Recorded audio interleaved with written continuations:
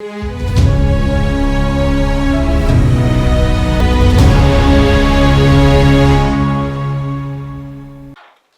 दोस्तों, राजनीति की बातों में आपका स्वागत है और मैं हूं आपका दोस्त धर्मेंद्र कवाली। दोस्तों, आज बात करेंगे एक भूले बिसरे नेता के बारे में। और जिस नेता के बारे में आज मैं आपसे बात करने जा रहा हूं, उनका नाम है मास्टर अजमत खान। और एक जमाने में मास्टर अजमत खान जी की तूती बोला करती थी और हथीन हल्के से वो 2 बार और 1 बार नूंह से विधायक बने थे। आप में से बहुत कम लोगों ने मास्टर अजमत खान का नाम सुना होगा, लेकिन उनके मुकाबले का पंचायती आदमी मिलना आज के समय में बहुत मुश्किल है दोस्तों। 14 नवंबर 2019 को मास्टर अजमत खान का 83 साल की उम्र में हार्ट अटैक से उनकी मृत्यु हुई और मृत्यु तक वो अपने गांव में रहते रहे। अगर उनके राजनीतिक कैरियर की बात की जाए तो मास्टर अजमत खान को 1982 में हुए विधानसभा चुनाव में जनता पार्टी की टिकट पर हथीन से विजयी घोषित किया गया था, लेकिन लोकदल के खिलन सिंह ने पंजाब और हरियाणा हाईकोर्ट में शरण ली और 6 महीने बाद हाईकोर्ट के आदेश पर दोबारा मतों की गिनती में खिलन सिंह विजयी घोषित किए गए। इसके बाद 1985 में मास्टर अजमत खान नूंह सीट पर हुए उपचुनाव में खड़े हुए और कांग्रेस की टिकट उनको दी गई और इस चुनाव में उनका मुकाबला सरदार खान से था। इसके बाद 1991 में कांग्रेस की टिकट पर मास्टर अजमत खान हथीन से उम्मीदवार बने और फिर से जीत गए। वर्तमान समय में उनके परिवार से उनके पोते हैं साजिद अजमत। अपने दादा की राजनीतिक विरासत को आगे बढ़ाने की वो कोशिश कर रहे हैं। मास्टर अजमत खान के पिता का नाम याकूब खान था और उनका जन्म फरीदाबाद जिले के मलाई गांव में 1 मई 1937 को हुआ था। उनका निकाह महमूद बेगम से हुआ था और उनके 3 बेटे 1 बेटी हुए।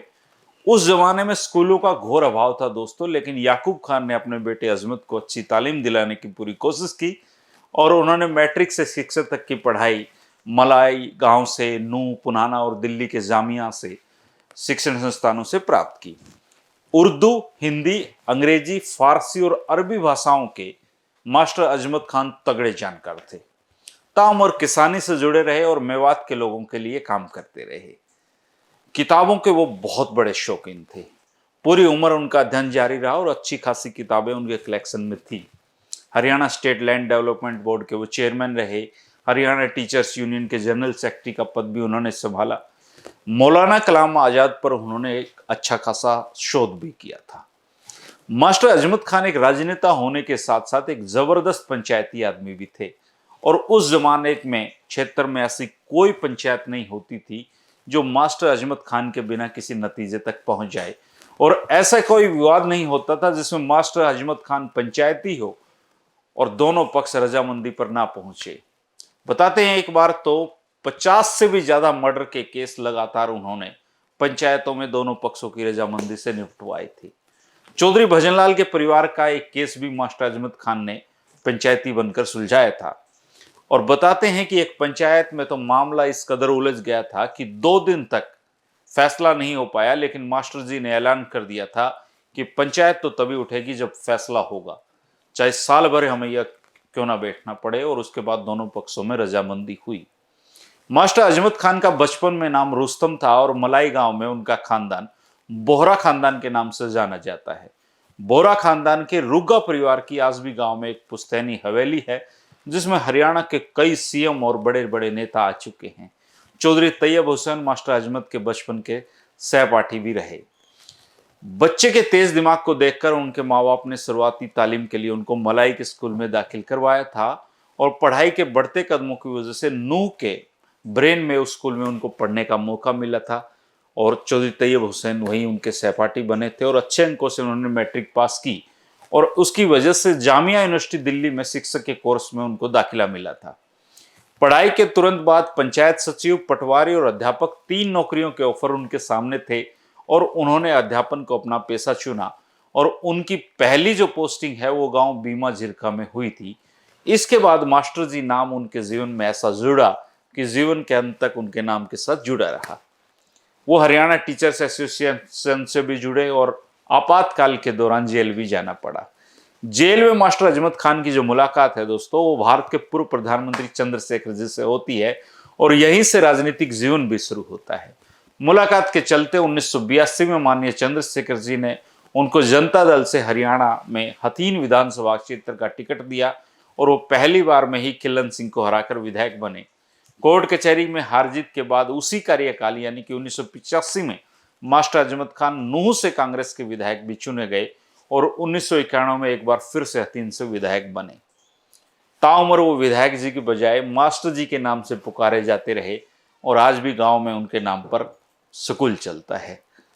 आखिर में एक किस्सा और बताता हूं दोस्तों, और सतीश चंद्र जैन एक आईएएस होते थे, उन्होंने यह किस्सा पत्रकारों से साझा किया था और मास्टर अजमत खान से जुड़ा हुआ वो किस्सा है।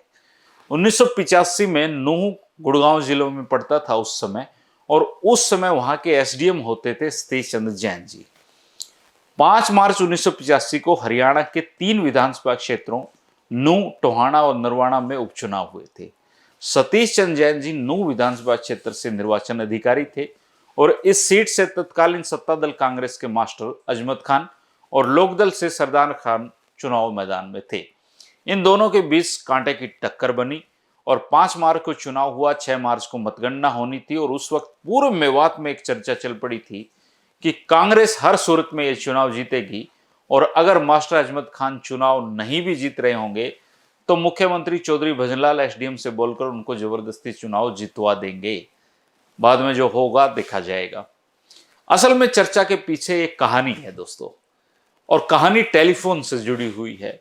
और उस जमाने में आप जानते हैं कि टेलीफोन पहले एक्सचेंज में जाता था, एक्सचेंज से आगे ट्रांसफर होता था और एक्सचेंज के जो कर्मचारी हैं वो किसी की भी बात को सुन सकते थे। इसी चुनाव के बीच में 11 फरवरी को जब नामांकन जांच की तारीख थी, उसी दिन सुबह 10 बजे तत्कालीन मुख्यमंत्री चौधरी भजनलाल का एसडीएम सतीश चंद्र जी के पास फोन जाता है।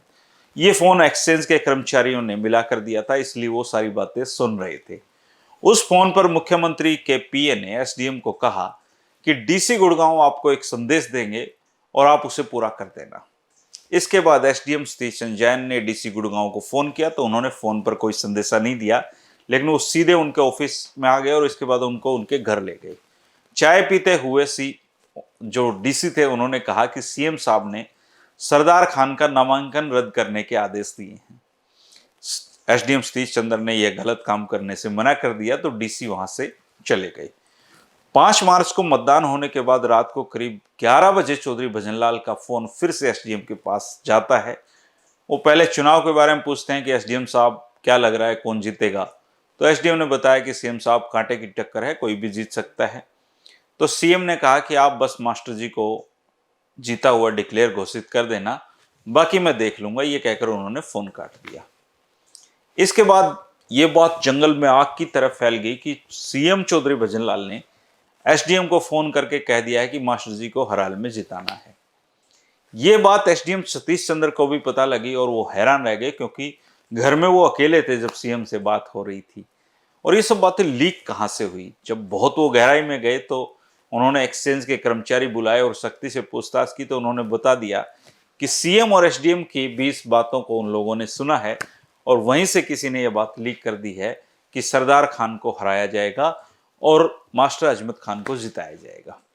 इसके बाद बड़ी सावधानी के साथ मतगणना करवाई गई, लेकिन किस्मत मास्टर अजमत खान के साथ थी और वो 114 वोट से विजयी घोषित हुए। सरदार खान ये चुनाव हार गए। इसके बाद बहुत बड़ा हंगामा हुआ, लेकिन हारे हुए सरदार खान के राजनीतिक संरक्षक और मेवात के बहुत बड़े नेता तैयब हुसैन जी ने मतगणना को सही ठहराकर इस विवाद को शांत कर दिया। ये थी दोस्तों मास्टर अजमत खान के बारे में थोड़ी सी जानकारी, और जिन नेताओं के बारे में बहुत कम जानते हैं उनके बारे में जानने की एक कोशिश है। कोशिश करूंगा कि ऐसे भूले बिसरे नेताओं के बारे में जानकारी आप तक लेकर आता रहूं। आपको भी ऐसे नेता के बारे में कुछ जानकारी हो तो जरूर कमेंट में लिखें, उसको साझा करें। और किसी खास भूले बिसरे नेता के बारे में अगर आप मुझसे जानकारी चाहते हैं तो उस नेता के बारे में भी आप कमेंट बॉक्स में लिख सकते हैं। अगर कोई कॉन्टैक्ट नंबर उनके परिवार का हो तो वो भी दे सकते हैं, ताकि मैं उनसे संपर्क करके और अच्छी जानकारी जुटा सकूं। और मैं कोशिश करूंगा दोस्तों कि हरियाणा के हर भूले बिसरे नेता के बारे में हमारी ये पीढ़ी जानकारी हासिल करती रहे, इसलिए समय समय पर ये वीडियो भी बनाए जाते रहेंगे। आप ऐसे किसी भी नेता के बारे में जानकारी चाहते हैं या मुझे देना चाहते हैं तो कमेंट बॉक्स में जरूर लिखा करें दोस्तों। वीडियो पसंद आए तो दोस्तों के साथ शेयर कर सकते हैं। जिन लोगों ने चैनल को सब्सक्राइब नहीं किया वो आज सब्सक्राइब कर दें दोस्तों, और दोस्तों के साथ शेयर करें।